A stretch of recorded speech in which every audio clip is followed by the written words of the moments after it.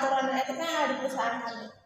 Untuk mewujudkan visi dan misi di perusahaan kami, maka dari itu kita membuat aturan dalam perusahaan kami.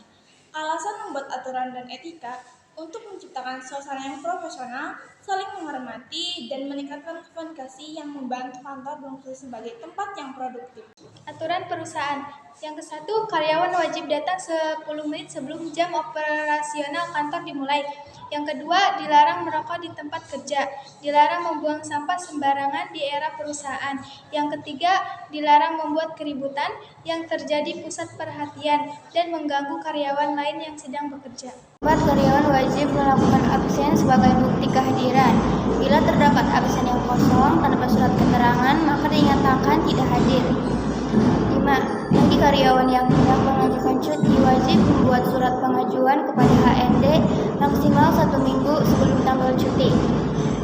6. Karyawan yang tidak hadir 1 minggu berturut-turut setelah perusahaan memberikan surat panggilan kerja selama 3 kali, maka karyawan dianggap resign atau berhenti bekerja. Sanksi pertama, surat peringatan atau SP. 2. Denda atau pemotongan gaji.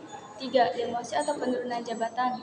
Penghargaan pertama, hadiah atau bonus. Bagi karyawan yang memiliki prestasi kerja, perusahaan bisa memberikan hadiah berupa gadget, tiket liburan, atau voucher belanja. Yang kedua, penghargaan. Perusahaan dapat memberikan penghargaan untuk berbagai tujuan. Misalnya untuk karyawan yang royal, Most Valuable Flyer, atau Employee of the Month. Penghargaan berbeda dengan pemberian hadiah. Perusahaan memberikan plakat atau piagam penghargaan. Yang ketiga, kesempatan promosi jabatan. Selain uang dan penghargaan, perusahaan dapat memberikan kesempatan promosi jabatan. Tujuannya agar karyawan bisa mendapat promosi. Lalu, etika di perusahaan Kemala adalah 1. Prinsip kejujuran. Prinsip kejujuran menanamkan sikap apa adanya berdasarkan fakta, situasi, dan kondisi yang sebenarnya. Dengan kata lain, apa yang dikatakan itulah apa yang dikerjakan. Prinsip ini juga memberikan kepatuhan dalam melaksanakan berbagai kontrak, komitmen, dan perjanjian yang telah dibuat. 2. Prinsip otonomi. Prinsip otonomi menunjukkan sikap kemandirian, kebebasan, serta tanggung jawab. Orang yang mandiri berarti orang yang dapat mengambil keputusan lalu melaksanakannya berdasarkan kemampuan sendiri dan sesuai dengan apa yang diyakini, bebas dari tekanan, hasutan, dan ketergantungan kepada pihak lain. 3. Prinsip saling menguntungkan. Prinsip saling menguntungkan menanamkan kesadaran untuk saling memberikan keuntungan satu sama lain.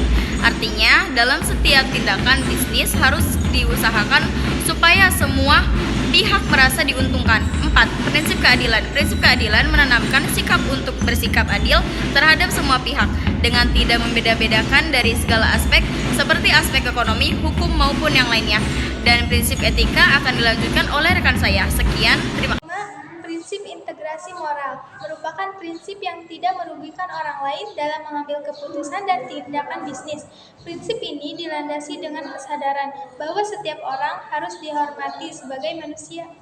6. Bertanggung jawab.